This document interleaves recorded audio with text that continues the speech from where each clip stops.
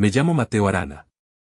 Entré en el aparcamiento del hospital a las 6:47 de la mañana con la escarcha de diciembre aún pegada al parabrisas.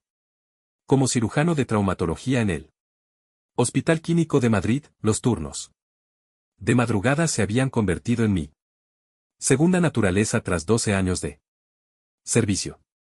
Cogí mi termo de café solo, el bueno, el que mi hijo Carlos había aprendido a preparar exactamente como a mí me gustaba y me dirigí hacia la entrada del personal. Mi móvil vibró. Era un mensaje de mi hijo. Buena suerte. Con la cirugía soy, papá. No olvides que cuando vuelvas a casa, vamos a montar la estructura de la caseta del árbol. Sonreí y le respondí rápidamente. No me lo perdería por nada del mundo. Campeón. Te quiero. Carlos había cumplido 9 años. El mes pasado y últimamente yo notaba un cambio en él. Estaba más callado cuando estábamos con la familia de Melinda, más retraído durante nuestras cenas de domingo en el chalet de los Escobar. Melinda, mi mujer, insistía en que solo era una fase, que su sobrino Dani solo estaba ayudando a Carlos a curtirse. Pero yo también fui un niño silencioso en su día y reconocía las señales de algo más profundo. La mañana pasó volando entre rondas y una cirugía especialmente compleja de un accidentado de moto. A mediodía estaba revisando historiales en mi despacho, cuando sonó el teléfono. La DRA. Patricia Saunders, jefa de pediatría y una de mis mejores amigas en el hospital. Mateo, ¿tienes un hueco para comer? Necesito hablar contigo de algo. Nos encontramos en la cafetería. La expresión de Patricia era seria, profesional, pero sus ojos reflejaban una preocupación que iba más allá de la cortesía entre colegas. Vi a Carlos en la sala de espera la semana pasada, dijo removiendo su sopa, sin probarla. Melinda lo trajo para un chequeo rutinario. Mateo tenía moratones en la parte superior de los brazos. Apreté el tenedor con fuerza. ¿Qué tipo de moratones? Marcas de dedos. 4 en cada brazo. Son totalmente compatibles con alguien que lo ha agarrado con mucha fuerza. Un adulto. Patricia se inclinó hacia adelante. Lo documenté, pero la explicación de Melinda fue lo suficientemente plausible como para no poder ir más allá sin más pruebas. Te lo digo como amiga, Mateo, no como informe oficial. Todavía. Pero si vuelvo a ver a Carlos con marcas similares, tendré que intervenir. Mi mente ya iba a 1000 por hora. Gracias por decírmelo. Esa tarde observé a mi hijo con más atención mientras trabajábamos en la caseta del árbol. Carlos estaba entusiasmado con el proyecto. Volvía a ser el mismo cuando estábamos solos. Pero cuando Melinda nos llamó para cenar y mencionó que su hermana Sonia vendría con Dani, vi cómo los hombros de Carlos se tensaban. Su sonrisa se apagó al instante. Durante las 2 semanas siguientes, empecé a documentarlo todo. Noté cómo Carlos evitaba las reuniones familiares. Cómo volvía a casa mucho más apagado. Después de pasar el día con los Escobar. Cuando sugerí que nos saltáramos la cena del próximo domingo, Melinda explotó. ¿Pero qué te pasa?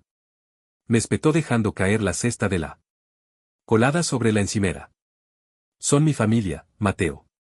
Carlos necesita pasar tiempo con sus primos. Te estás volviendo un paranoico. Estoy siendo observador, respondí con calma. Carlos parece incómodo con ellos. Eso es ridículo. Sonia lo adora. Mis padres lo adoran. Estás creando problemas donde no los hay. La cara de Melinda se endureció. Estoy harta de que intentes aislarnos de mi familia. Es una actitud controladora. Reconocí la táctica. Convertir mi preocupación en una acusación contra mí.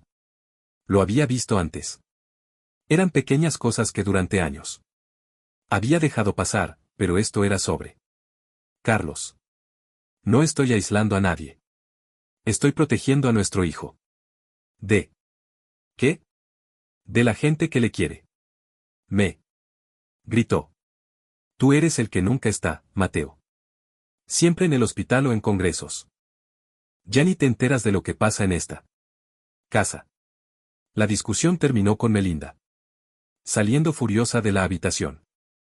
Encontré a Carlos sentado en las escaleras. Lo había oído todo. Estoy bien, papá, dijo en voz baja. Puedo aguantarlo. Senté a su lado y le pasé el brazo por los hombros. No deberías tener que aguantar nada. Hijo. ¿Puedes decirme qué pasa en casa? ¿De los abuelos Escobar? Carlos guardó silencio durante un largo rato. Dani dice que soy un flojo porque no me gusta el fútbol. Me insulta a veces. La tía Sonia se ríe. ¿Alguien te ha hecho daño físico allí? Carlos se miró las manos. Mamá dice que soy demasiado sensible. Que solo están bromeando. Sentí un frío glacial en el pecho. Carlos, mírame. No está bien que nadie te haga daño ni que te haga sentir mal contigo mismo. Nunca lo entiendes. Mi hijo asintió, pero vi la confusión en sus ojos. El conflicto entre lo que decía su madre y lo que le decía su padre. La invitación al Congreso llegó a principios de diciembre. 3 días en Chicago presentando protocolos de respuesta ante traumas. Normalmente habría rechazado cualquier cosa que me alejara de casa en Navidad. Pero Melinda había insistido mucho. Es bueno para tu carrera, decía ella. Además, Carlos y yo ya tenemos planes con mi familia para esos días. Mis padres quieren que nos quedemos en su casa. Que hagamos dulces navideños y preparemos todo. Algo en su insistencia me molestaba, pero no supe decir qué. Acepté ir y reservé el vuelo para el 22 de diciembre. El hotel del Congreso era agradable. Pero me pasé la mayor parte del tiempo pensando en Carlos. Habíamos hecho un par de videollamadas y parecía estar bien, aunque algo apagado. Melinda se mostraba cortante apenas me dirigía la palabra. El 23 de diciembre mi presentación salió perfecta. Estaba en el bar del hotel charlando con otros médicos cuando mi móvil vibró. Era un mensaje de Nolan Smith, mi vecino de al lado. Mateo, necesito que me llames. Es sobre Carlos. Tengo un video. Se me heló la sangre. Salí al frío de la noche de Chicago y llamé de inmediato. Nolan. ¿Qué está pasando? Mira, he dudado si enviarte esto o no. La voz de Nolan sonaba tensa. He oído gritos en tu jardín hace un rato. Me he asomado a la ventana y... Mateo, lo he grabado porque he pensado que podrías necesitar pruebas. Te lo envío ahora mismo. Lo siento. Mucho. Me llegó el archivo de vídeo. Me temblaban las manos al darle al play. La grabación estaba hecha desde la ventana del segundo piso de Nolan, apuntando directamente a mi patio trasero. Estaba lloviendo y la marca de tiempo indicaba las 4:37. Hacía menos de 2 horas. Carlos estaba en el centro del jardín. Empapado, con su pequeño cuerpo temblando de frío. A su alrededor había 7 personas. Melinda, su hermana Sonia, sus padres. Gerardo y Trin Escobar y otros 3 que reconocí como el hermano de Melinda. Hugo, su mujer Elena y el marido de Sonia, Lucas. Mientras yo miraba paralizado, Gerardo dio un paso al frente y le cruzó la cara a Carlos de un bofetón. El sonido fue audible incluso a través de la lluvia y el cristal. Eso por faltarle al respeto a tu madre. Se oyó la voz de Gerardo. Luego intervino Trini. Otro bofetón más. Fuerte aún. Eso por ser un desagradecido. 1 a 1, todos se turnaron. Sonia le pegó 2 veces. Hugo le empujó al suelo antes de golpearle. Elena le dio un golpe que hizo que la cabeza de Carlos se girara bruscamente. Lucas le agarró del brazo con tal fuerza que mi hijo gritó de dolor. Y a pesar de todo, Carlos no corrió. Se quedó allí parado, aguantando, con las lágrimas mezclándose con la lluvia en su rostro. Melinda fue la última. Se acercó a Carlos, que la miraba con una expresión que me rompió el alma. La esperanza de que ella detuviera aquello. En lugar de eso, le dio un bofetón más fuerte que el de los demás y lo agarró por la camisa empapada. Me has dejado en ridículo delante de mí. Familia,sió ella llorando como un bebé. Porque Dani estaba jugando un poco brusco. Eres patético. Empujó a Carlos hacia la puerta trasera. Pero en lugar de dejarle entrar, cerró la puerta y echó la llave. Carlos intentó girar el pomo confundido. Te quedarás ahí fuera hasta que aprendas lo que es el respeto, dijo Melinda a través del cristal. Quizás el frío te haga más hombre. En una esquina del encuadre, en el porche cubierto, se veía a Adán mirando. Se estaba riendo, señalando a Carlos y haciendo gestos de estar llorando. El vídeo terminó. Lo vi otra vez y una tercera. Mis manos ya no temblaban. Estaban firmes. Sentí como una frialdad absoluta y calculadora se apoderaba de mí. Llamé a Nolan. ¿Cuánto tiempo estuvo fuera? Llamé a la policía a los 10 minutos. Di un aviso anónimo sobre un menor en peligro. Llegaron unos 20 minutos después de que termine el vídeo. Para entonces, Melinda ya lo había metido dentro. Les dijo a los agentes que había sido un malentendido, que Carlos se había quedado fuera por accidente. Se lo creyeron, sobre todo con toda la familia, respaldando su versión. ¿Dónde está Carlos ahora? Los he visto cargar las cosas e irse hace una hora. Una ciudad grande, lleno de gente. Iban hacia el chalet de los Escobar. Yo ya estaba buscando vuelos en el móvil. Nolan, necesito que hagas algo por mí. Haz copias de ese vídeo, ponlas en una memoria USB. Súbelo a una nube segura. Envíatelo por correo a ti mismo. Hazlo. Ahora. Ya está hecho, Mateo. ¿Qué vas a hacer? Vuelvo a casa. He encontrado un vuelo que sale en 3 horas. Voy a sacar 2 billetes. Uno para mí y otro para alguien que se va a asegurar de que esa gente no vuelva a tocar a mi hijo en su vida. Colgué y busqué en mis contactos un nombre al que no había llamado en 8 años. Mi dedo dudó un segundo antes de marcar. El teléfono sonó 2 veces antes de que respondiera una voz de mujer. Mateo. Ha pasado tiempo. Clara, dije.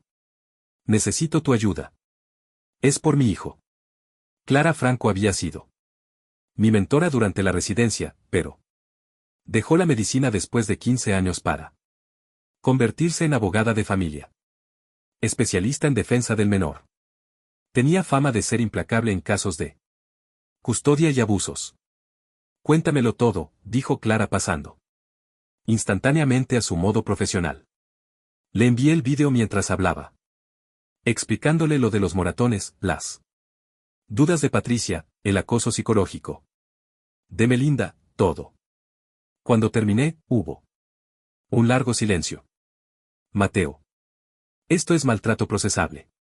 Hay múltiples agresores, premeditación y una víctima menor claramente en peligro. Puedo tener listos los papeles para una custodia de emergencia esta misma noche. Puedes volar a Madrid mañana por la mañana. Estaré allí en el primer vuelo. Perfecto. Dijo Clara. Mateo, vamos a hacer esto bien. Vamos a documentarlo todo, a montar un caso blindado y me voy a asegurar de que cada una de las personas que sale en ese vídeo pague por lo que le han hecho a tu hijo. ¿Y Melinda? Preguntó ella. Es tu mujer. Mi voz sonó plana, sin emoción, de la misma forma que cuando estoy en una cirugía complicada donde no puedo Permitirme sentir nada. Dejó de ser mi mujer en el momento en que puso sus manos encima de nuestro hijo.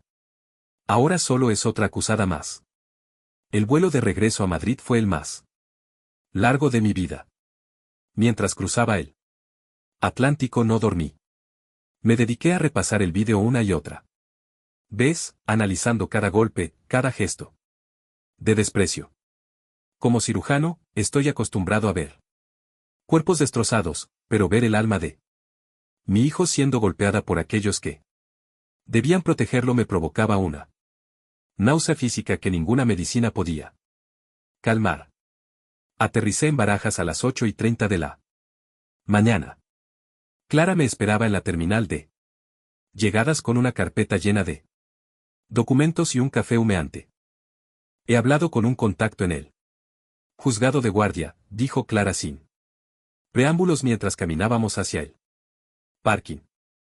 Tenemos una orden de alejamiento temporal y la custodia cautelar inmediata basada en las pruebas de vídeo. Pero para que sea definitiva, necesitamos que un médico forense evalúe a Carlos hoy mismo. No puedo. Empecé a decir, pero ella me cortó. No, Mateo. Tú eres el padre y estás emocionalmente implicado. Necesitamos objetividad total. He citado a Patricia en el hospital. Ella hará el informe oficial. Fuimos directos al chalet de los Escobar. En la zona de las afueras en una urbanización de lujo. Al llegar vi el coche de Melinda en la entrada. Mi corazón latía con fuerza, pero mi mente estaba fría. Llamé a la puerta. Fue Gerardo, mi suegro, quien abrió. Llevaba una bata de seda y una sonrisa de suficiencia que se borró en cuanto me vio. Detrás de mí, 2 agentes de la Guardia Civil que Clara había coordinado. Previamente se hicieron visibles. Mateo. ¿Qué haces aquí? Se supone que estabas en Estados Unidos. Balbuceó. Vengo a por mi hijo, dije entrando en la casa sin esperar invitación. Melinda bajó las escaleras, seguida de Sonia y Hugo. Todos tenían esa cara de resaca postcelebración navideña. Cuando vio a los guardias civiles, su rostro palideció. Mateo, ¿qué es esto? ¿Te has vuelto loco?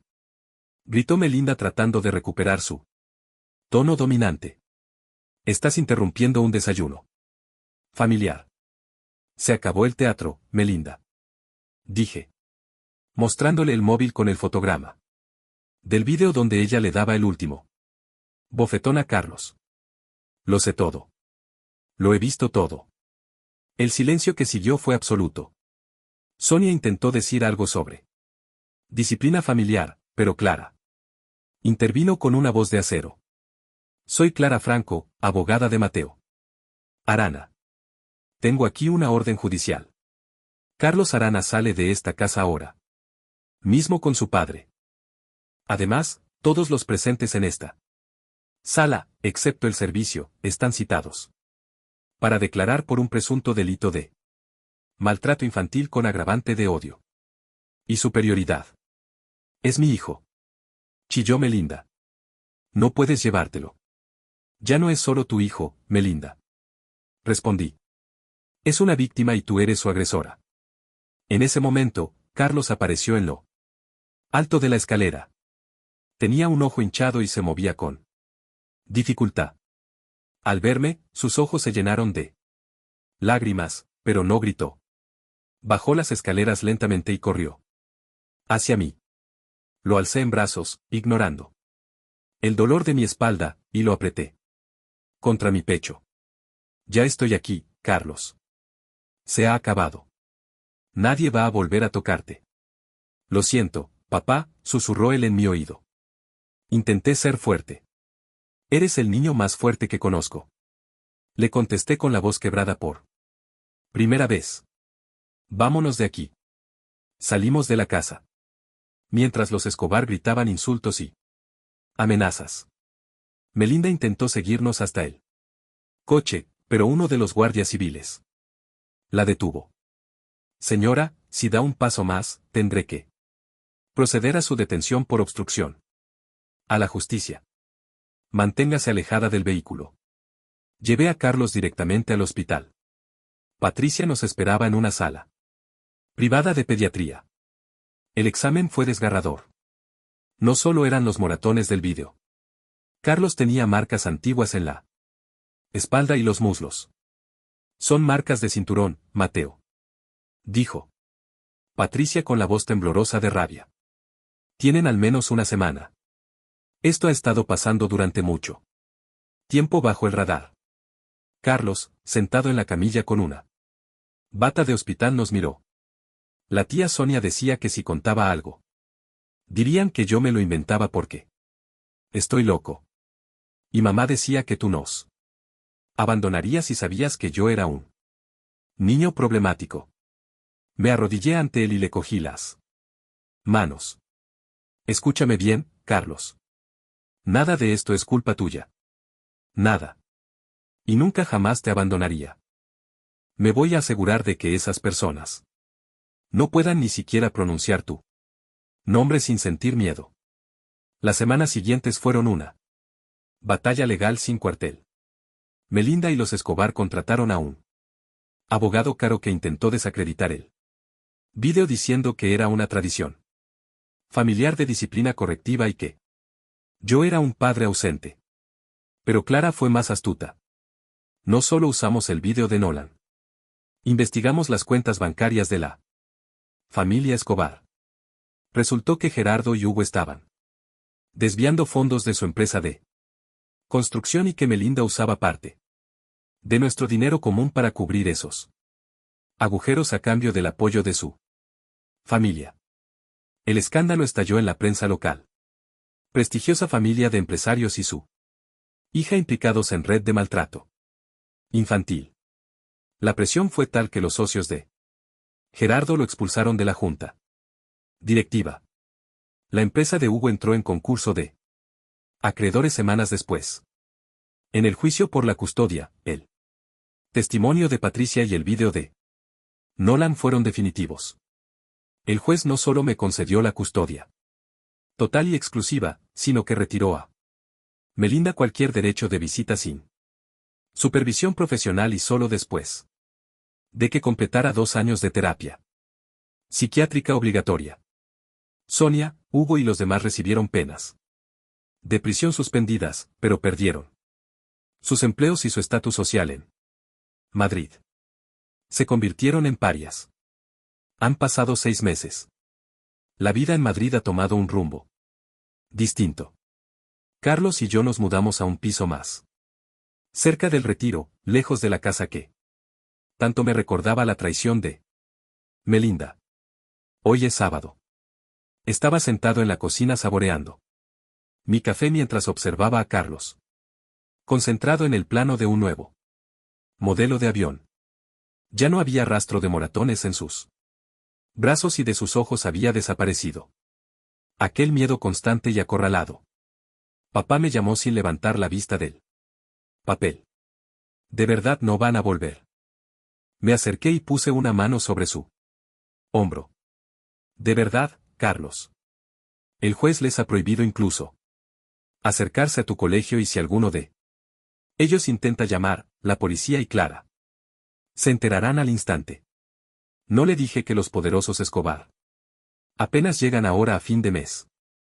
Gerardo perdió su participación en la constructora y su chalet de las afueras. Ha salido subasta para cubrir deudas y costas judiciales. Sonia y Lucas se mudaron a otra ciudad. Porque tras el vídeo de Nolan, nadie en su círculo social quería que se les viera con ellos. Melinda.